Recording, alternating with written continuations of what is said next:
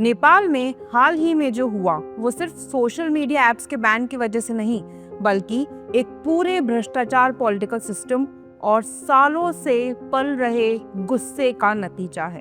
ये एक ऐसी लड़ाई थी जिससे यूथ नेपाल का फ्यूचर बदलना चाहता था।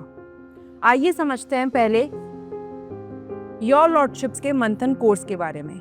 योर लॉर्डशिप्स लेकर आया है वाईएल मंथन, एक complete foundation batch for judicial services और लॉ एग्जाम्स एस्पिरेंट्स के लिए ये कोर्स स्पेशली उन स्टूडेंट्स के लिए लिया गया है जो ऑफलाइन कोचिंग अफोर्ड नहीं कर पाते या जिनकी अफोर्डेबिलिटी की प्रॉब्लम है। अब इसके फीचर्स की बात करें तो लाइव प्लस आपके पास क्लासेस है, लाइव प्लस रिकॉर्डेड क्लासेस है आपके पास, हमेशा आपके पास अवेलेबल रहेंगी। साथ ही साथ वीकली और मंथली टेस्ट सीरीज भी हैं आपके पास और आपको वाईएल ऐप का एक्सेस मिलेगा for complete course plus 3 years. साथ ही साथ 1-on-1 वीडियो कॉल मेंटोरशिप भी अवेलेबल है आपके पास। और आपके लिए अगर आप ये कोर्स एनरोल करते हैं तो books will be delivered to your doorstep. साथ ही साथ फीस जो है वो बहुत ही नॉर्मल फीस रखी गई है, 75,000 और अभी सिर्फ 42,000 में अवेलेबल है। और अगर आप कूपन कोड AKS20 यूज करते हैं तो फीस घटकर सिर्फ 33,000 मतलब 800 रुपीज पर मंथ से भी कम हो जाएगी और इंस्टॉलमेंट ऑप्शंस भी अवेलेबल है। गारंटी है कि जुडिशरी एग्जाम आप क्लियर कर लेंगे और पूरी फी आपको रिफंड कर दी जाएगी। सो एनरोल करना बहुत इजी है। योर लॉर्डशिप्स की ऐप पर जाइए, डाउनलोड करिए, विंडोज है या फिर गूगल प्ले स्टोर पर। स्टोर सेक्शन में वाईएल मंथन कोर्स होगा। सो अपने जुडिशरी ड्रीम्स को रियलिटी बनाइए एंड ज्वाइन वाईएल मंथन today. Your lordships he success का असली साथी है। तो आइए अब समझते हैं कि कैसे ये डिजिटल साइलेंस और बना पहला ट्रिगर। सब कुछ शुरू हुआ एक सरकारी आदेश से। क्या हुआ था? नेपाल सरकार ने 4 सितंबर को दर्जनों सोशल मीडिया ऐप्स पर बैन लगा दिया। इसमें Facebook, Instagram, YouTube, WhatsApp, X that was formerly known as Twitter, LinkedIn, Snapchat और सिग्नल जैसे बड़े प्लेटफॉर्म्स भी शामिल थे। ये बैन इसलिए लगाया गया क्योंकि गवर्नमेंट ने 28 अगस्त की डेडलाइन दी थी टेक कंपनीज को नेपाल में रजिस्टर करने के लिए और उन्होंने कंप्लाई नहीं किया। सरकार का कहना था कि ये नेशनल सोवरेनिटी का सवाल है और साइबर क्राइम, फेक न्यूज और हेट स्पीच को रोकने के लिए भी जरूरी था। अब यहाँ पर जो प्राइम मिनिस्टर ओली थे उनका भी ये कहना था कि नेशनल डिग्निटी के लिए और सोवरेनिटी के लिए, नेशनल सोवरेनिटी और डिग्निटी के लिए, नेशनल सोवरेनिटी और डिग्निटी के लिए और साथ ही साथ फेक न्यूज, मिस इन्फॉर्मेशन को कर्ब करने के लिए ये डेडलाइन रखी गई थी। लेकिन यहाँ पर यूथ ने इस बैन को अपनी फ्री स्पीच का वॉयलेशन माना और ये समझा ये तो क्रिटिसिज्म को मजल करने का एक तरीका है और साथ ही साथ आप फ्रीडम को कर्ब कर रहे हैं और सेल्फ एक्सप्रेशन को आप क्रैक डाउन करने की कोशिश कर रहे हैं। इस बैन ने लाखों लोगों की जिंदगी पर तुरंत असर डाला। कनेक्शंस टूट गए। नेपाल के अंदर ही नहीं बल्कि 7 मिलियन से ज्यादा यूथ जो बाहर रहते हैं, अब्रॉड रहते हैं, उनके कनेक्शंस भी आपस में टूट गए। वीपीएन का सर्च आया, लोग चुप नहीं बैठे, डिजिटल रेजिस्टेंस शुरू हो गया। डिजिटल रेजिस्टेंस के चलते VPN that is virtual private networks का इस्तेमाल बहुत तेजी से बढ़ा, जहां प्रोटॉन वीपीएन पर 3 दिन में करीब 6000% रजिस्ट्रेशंस बढ़ गए। लोग इन वीपीएन का इस्तेमाल करके बैन को बाईपास करने लगे और ये सिर्फ कन्वीनियंस नहीं थी। नेपाल के यूथ के लिए सोशल मीडिया बैन सिर्फ एक इनकन्वीनियंस नहीं थी, ये आखिरी सीमा बन गया।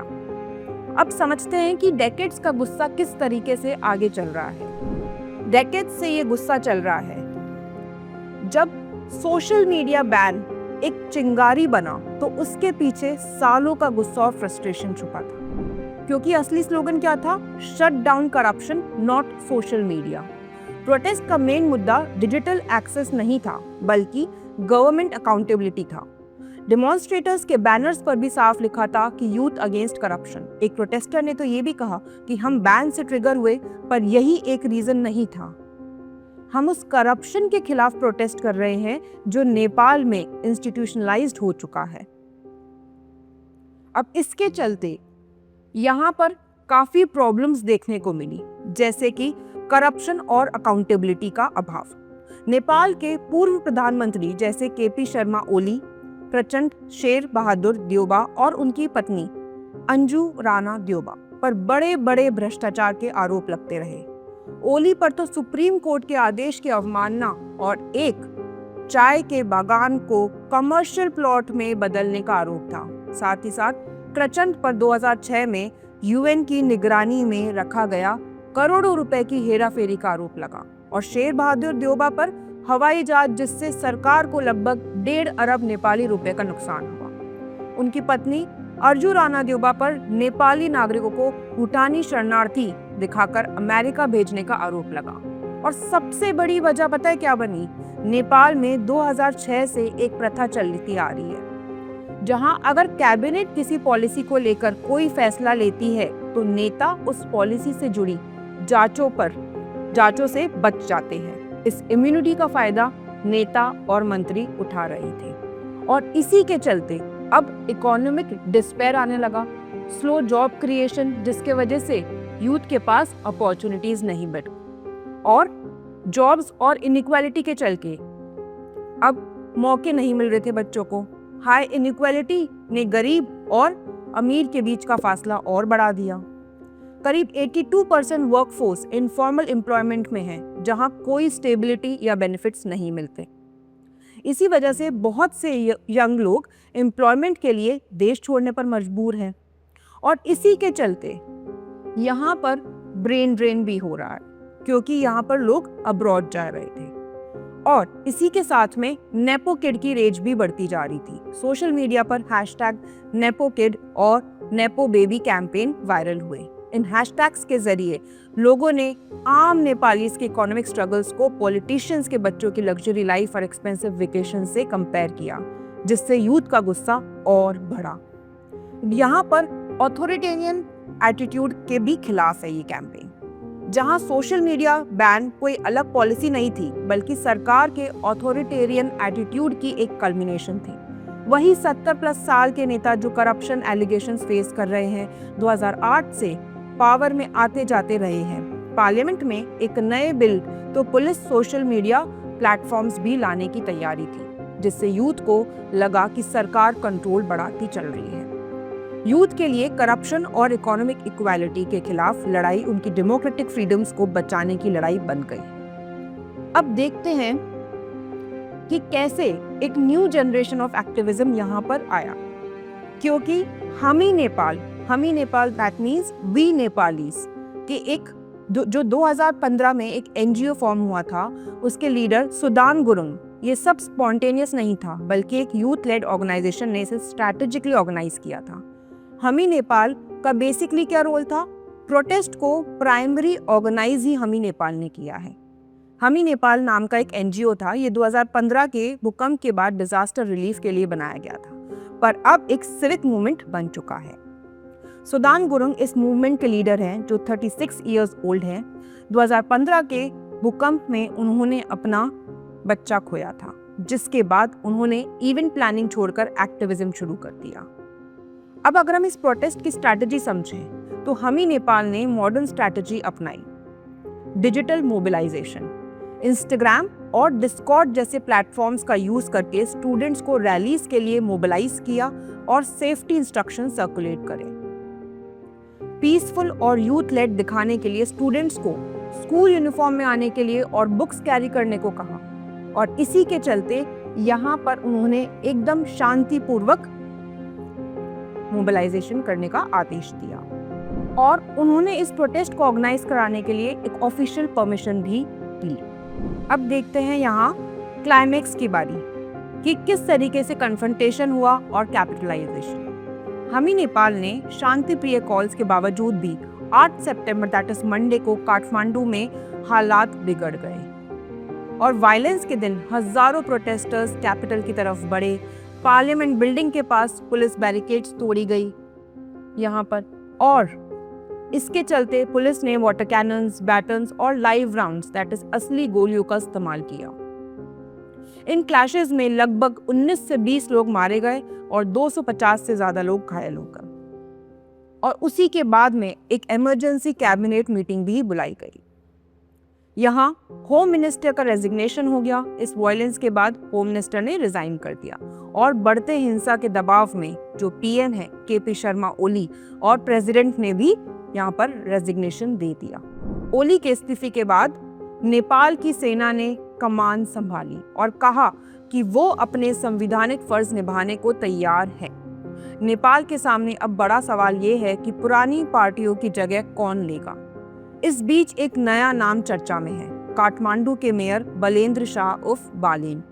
नेपाली यूथ बलेन को इंटरिम प्रधानमंत्री के रूप में देखना चाहते हैं और उन्हें नेपाल का व्लादिमीर जेलेंस्की भी कहा जा रहा है।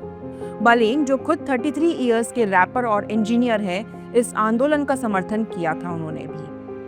अब गवर्नमेंट का यू टर्न कैसे आया? इतना प्रेशर देखकर मंडे रात को गवर्नमेंट ने इमरजेंसी कैबिनेट मीटिंग बुलाई और सोशल मीडिया बैन को वापस ले लिया। इसके चलते यहाँ पर सोशल मीडिया बैन वापस हो गया है, क्योंकि 19 से 20 लोग करीब मर चुके हैं, करीब 250 लोग इंजर्ड हो चुके हैं और मिनिस्टर्स भी रिजाइन कर दिए हैं। हामी नेपाल की अगली डिमांड बस ये है कि इन मौतों के बाद हामी नेपाल ने स्टूडेंट से कहा है कि स्कूल और कॉलेज अनिश्चित काल तक बंद रहेंगे जब तक उन्हें इंसाफ नहीं मिलता। अब नेपाल की पॉलिटिकल स्टेबिलिटी की बात करूं तो नेपाल का लोकतंत्र सिर्फ 17 साल पुराना है। 2008 में करीब 240 साल पुरानी राजशाही खत्म हुई थी। पिछले 17 सालों में 13 प्रधानमंत्री बन चुके हैं और कोई भी अपना पूरा कार्यकाल कंप्लीट नहीं कर पाया है। ज्यादातर सरकारें तो गठबंधन पर ही टिकी थी और सत्ता कुछ गिने चुने उमरदाज नेताओं जैसे पीएम ओली, प्रचंड और देवबा के बीच घूमती रही। एक माहिर कहते हैं कि नेपाल की ये स्थिति बांग्लादेश से भी बदतर है, क्योंकि यहाँ पर व्यक्तिगत नेताओं को निशाना बनाया गया है, स्थानों पर भी जलाया गया है और पार्लियामेंट जैसे व्यवस्था का प्रतीक स्थानों को भी जलाया गया है। तो अब लास्ट में अगर हम कंक्लूजन की बात करें तो यहाँ एक जनरेशन की लड़ाई नहीं है। ये नेपाल के जेनजीज जो हैं, अपराइजिंग एक लैंडमार्क इवेंट था जो टेक्नोलॉजी, पॉलिटिक्स और यूथ लेड मूवमेंट्स का इंटरसेक्शन को दिखाता है। ये प्रोटेस्ट ऐप्स के बारे में कम और सालों से जो चलती आ रही करप्शन, इकोनॉमिक इनइक्वालिटी और अनआंसरेबल पॉलिटिकल क्लास के खिलाफ ज्यादा था। सोशल मीडिया बैन बस एक कैटलिस्ट था। हमें नेपाल का स्ट्रैटेजिक रोल दिखाता है कि कैसे एक नई जनरेशन की एक्टिविटीज, डिजिटल टूल्स और सिंबॉलिक एक्शंस का यूज करके हजारों लोगों को मोबिलाइज कर सकते हैं जो ट्रेडिशनल पॉलिटिकल सिस्टम से इग्नोर फील करते हैं। जेनजीज प्रोटेस्टर्स ने शायद अपने ऐप्स के लिए लड़ाई भी जीत ली हो, पर उन्होंने नेपाल का फ्यूचर के लिए बहुत बड़ी जंग की शुरुआत कर दी है। ये ऐसा है जैसे कि एक माचिस की चिंगारी ने पूरे जंगल में आग लगा दी हो। जहां चिंगारी सोशल मीडिया बैन थी, लेकिन जंगल सालों से जमा करप्शन और नाराजगी से भरा पड़ा था। धन्यवाद।